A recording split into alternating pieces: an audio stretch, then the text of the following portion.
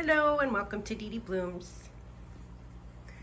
This video is going to focus on some more of my Oncidium alliance type orchids, primarily just on any type of hybrid of Miltonia or Miltoniopsis. I decided to break this group out for the main reason of I struggle to grow some of them. So I've been posting videos of my Oncidium collection, which is starting to mature enough that I'm getting great results on getting spikes and blooms.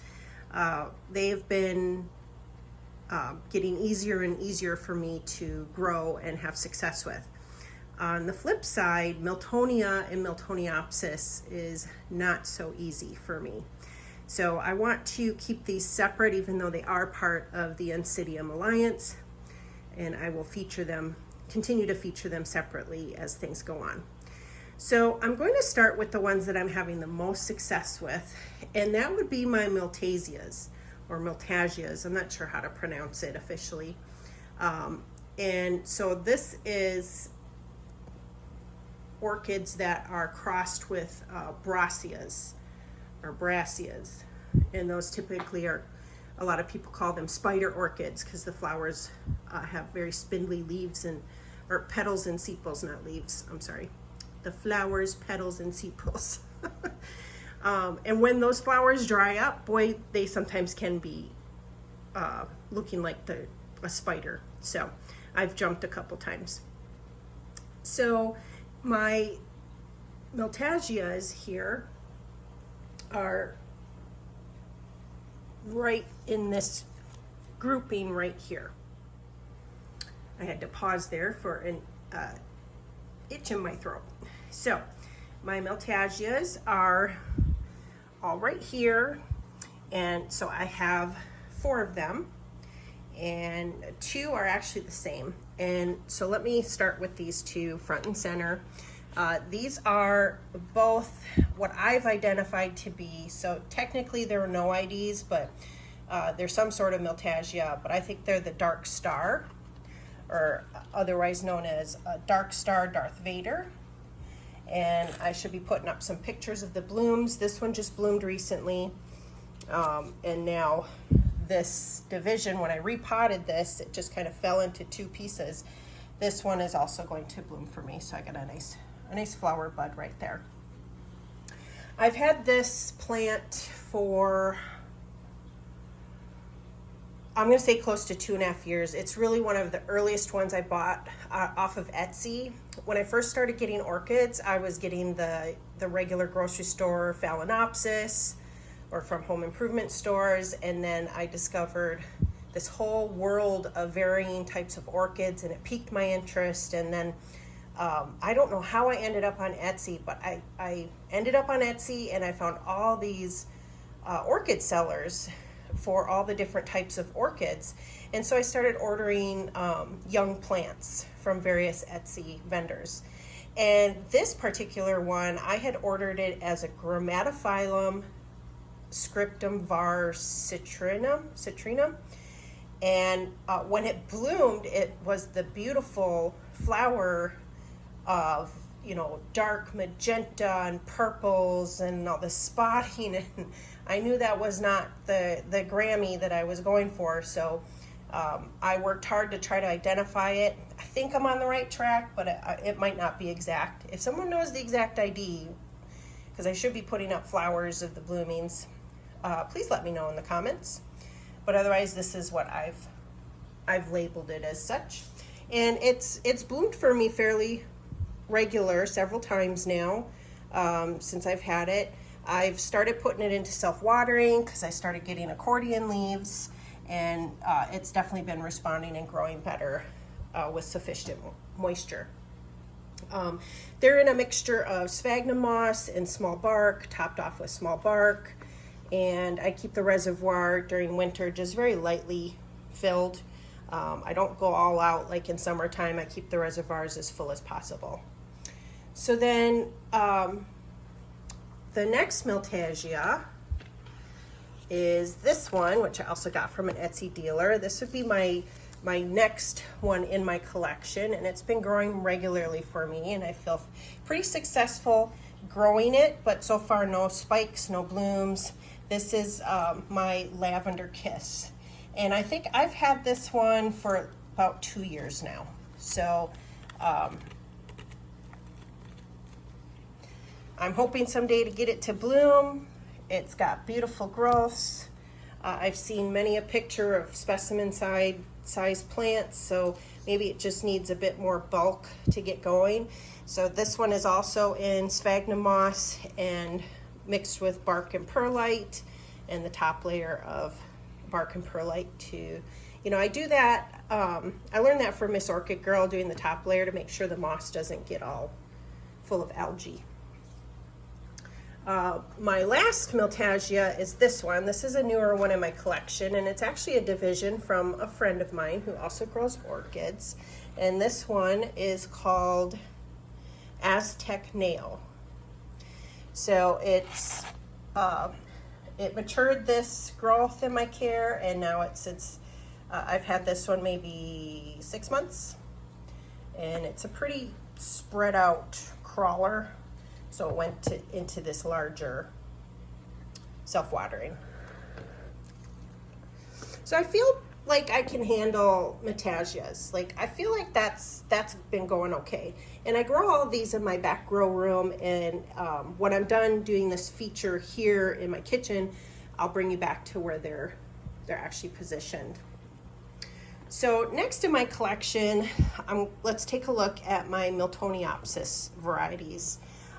So I have had a number of Miltoniopsis that I have slowly and some very quickly killed.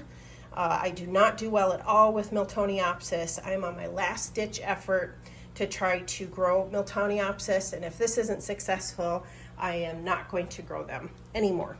So I have tried, you know, moss, bark mix with moss, just bark mix, and now last resort. And I got this idea from the Orchid Saga YouTube channel. The gentleman on there, he grows Miltonias and Miltoniopsises like gangbusters. Beautiful, beautiful plants and flowers. Very enjoyable to watch his videos. And so he uses pumice, or sometimes a lot of kind of like rock type media. So this last little seedling that I have, all my other Miltoniopsis seedlings that I got are all dead. This is the Banana Fandango, Faded Memories. I've had this one for close to 2 years, and I have really nothing to show for it. It's got 2 growths. It's desperately trying to mature, and I repotted this in November. So we're going on 2 months of it being in this setup, and I think I see some stabilizing going on. So I think it does enjoy this setup so far, but the proof will be in the pudding, so to say, if it ever matures a growth, because anytime it tried to mature a growth before, it just would abort. So I've got these 2 I'm keeping a close eye on, and the pumice really is a good wicking, so it's moisture retentive, but it also dry pretty quick when the reservoir goes a bit empty. So I'm keeping steady moisture in the pot. Actually, this is due for a refill on the reservoir. And again, it's winter time, so I'm not trying to flood it. I don't fill the reservoir all the way, but I water through the pumice, keeping away from the base of the plant, and I let it do its wicking, and then I keep in the winter just a little bit down here.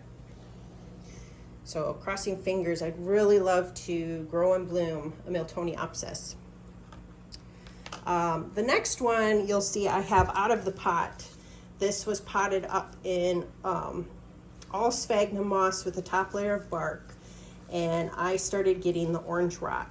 Now I've pulled off everything that had the orange rot.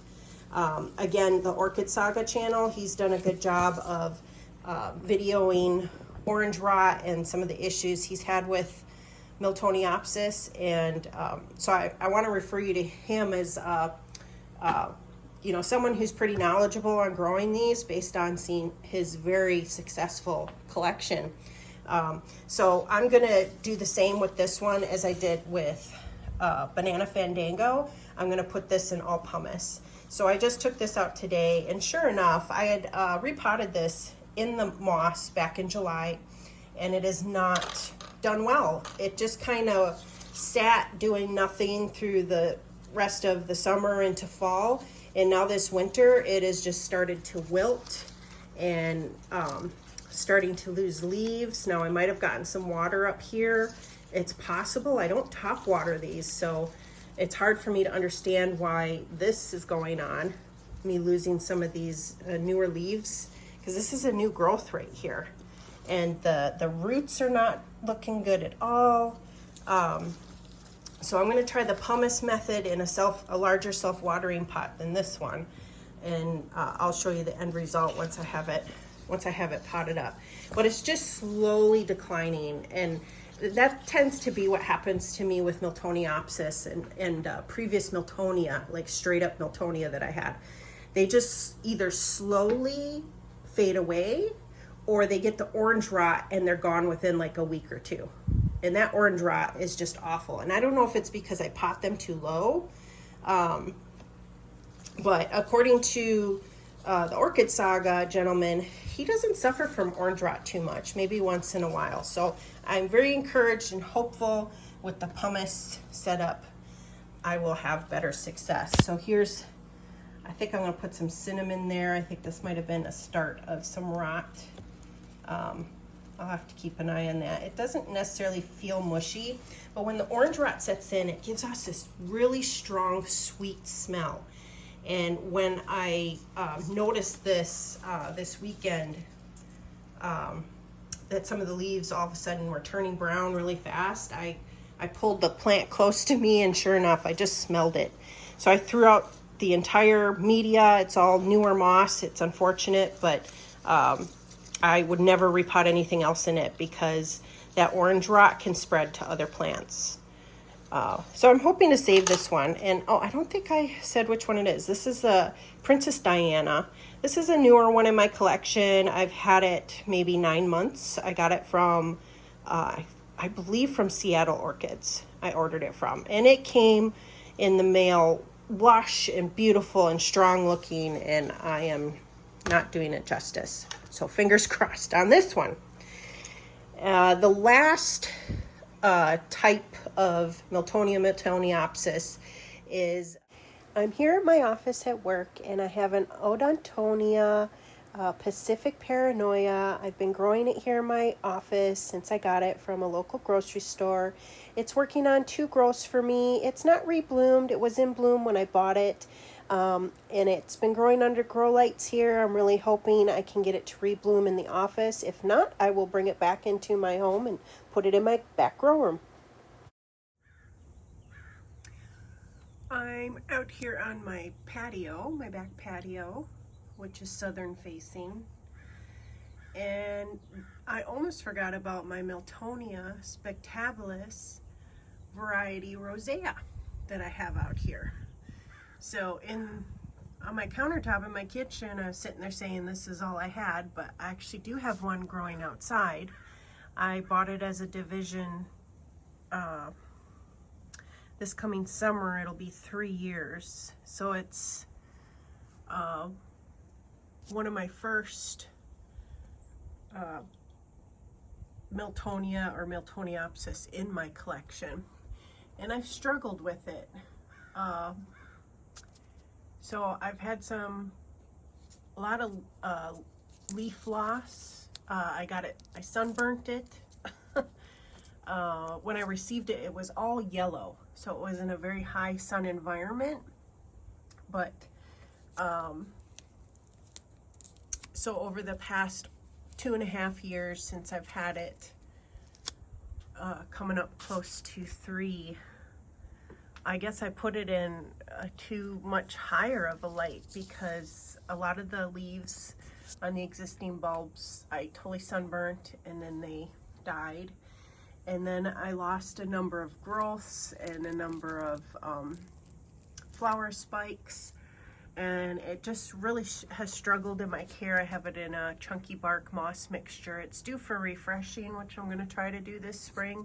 I'm going to keep it in its basket, but pull out as much of the media as I can and then refill it in. But hanging here on my patio with some of my outdoor vandas that grow outdoor year-round. There's one down here. It gets bright indirect light. It is watered year-round. I fertilize year-round. I pull back in wintertime.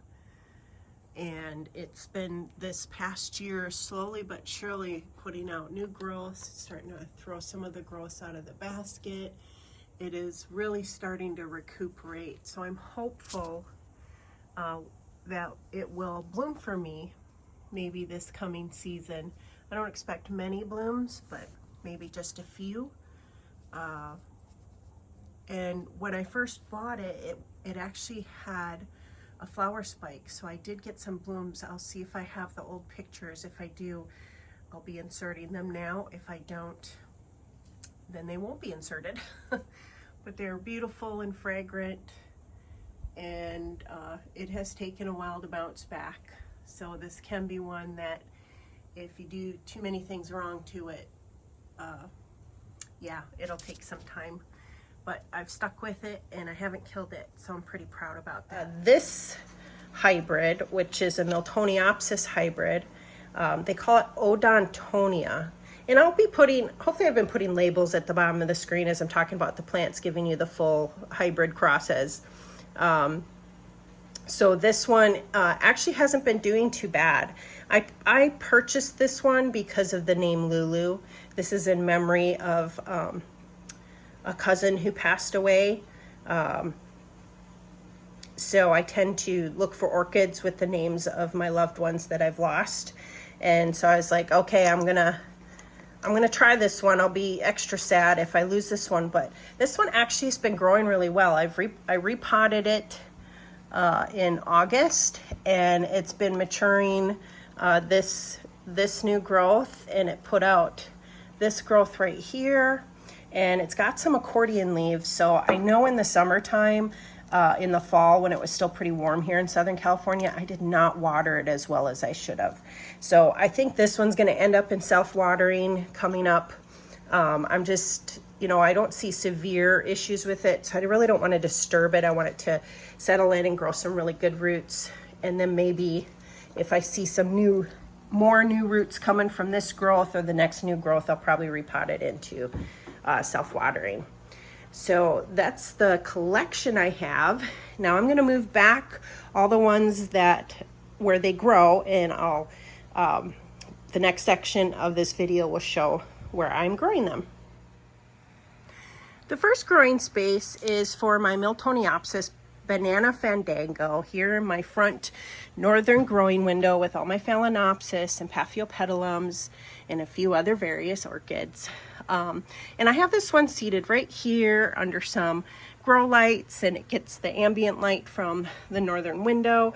It's one of my cooler growing areas where I get the cold drop the best, so that the Phalaenopsis spike. And I know that Miltoniopsis tend to like cooler temperatures. So this was growing in my back grow room which is more of an intermediate climate. And then I only just recently, when I repotted this in the pumice, moved this here to this cooler growing area. It's not cold, but it stays cooler. It definitely stays over 55, I think is the coldest I've seen it up here. So that's where this one is. So the next growing area is where my Miltassias and my Odontonia is growing. And that's to the left of where all my Oncidiums are. So we're going to the left, and this is a southern facing window. It gets western light through that way. There's a tree out there that gives a bit of shade. But here my Lavender Taffy Kiss is up here, and the Aztec Nao is right here. The Odontonia is right here. And then the Dark Star, Darth Vader, Miltassia, there's one section here that's about to bloom with that bud. And then the other section I have on this little shelf here. Now you can see I have some Neophonetia types. This is a Renanthera hybrid, some Vanda, Odontoglossum type hybrids, Cymbidium seedling right here, a Cattleya I'm trying to save. Over here's a Vanda rumrill, a little baby one. This is one of my Zygoniasias. Almost all my Zygopetalum types are growing outside on my patio, but these two right here, I've been successful growing them indoors. And this one I have featured in a bloom video, and she's still going strong. This is about 4 days after I made that video. She's so beautiful. But yeah, so they get dappled direct light this winter, and also some in the summer, and they seem happy here, and so does the Odontonia. So again, if it works, it works. Now that Princess Diana and all the other ones that I've tried, I think it comes down to media, and again, like the Miltonia-Miltoniopsis banana Fandango up in my northern grow room, I think I'm just gonna have better luck there, fingers crossed. And so now with the Princess Diana, I'm going to try that pumice setup and hope for better results with her. Now once I have her potted up, I have to decide where I'm going to have her growing. I think I'll just reveal that in when I do an update on these types of orchids. So because I haven't figured it out yet. So I don't want to keep you any longer. Thank you all for watching. I appreciate it. Give me a thumbs up if you like this type of content. I'm really starting to try to get into featuring my different types of orchids. I still have my dendrobiums to do, my encyclias, my zygopetalums. I need to do a cymbidium update. I know I featured them before, and I have other miscellaneous orchids to feature. Trying to decide how to segment them, as well as my species mottled leaf specialty Phalaenopsis. We haven't gotten into any of those, which I've had varying success. And my Cattleyas. So plenty of growings to show you, orchids to show you in my collection. And again, I thank you for your time. Give a thumbs up. Please ask questions. If you have any suggestions, let me know. And have a great rest of your day.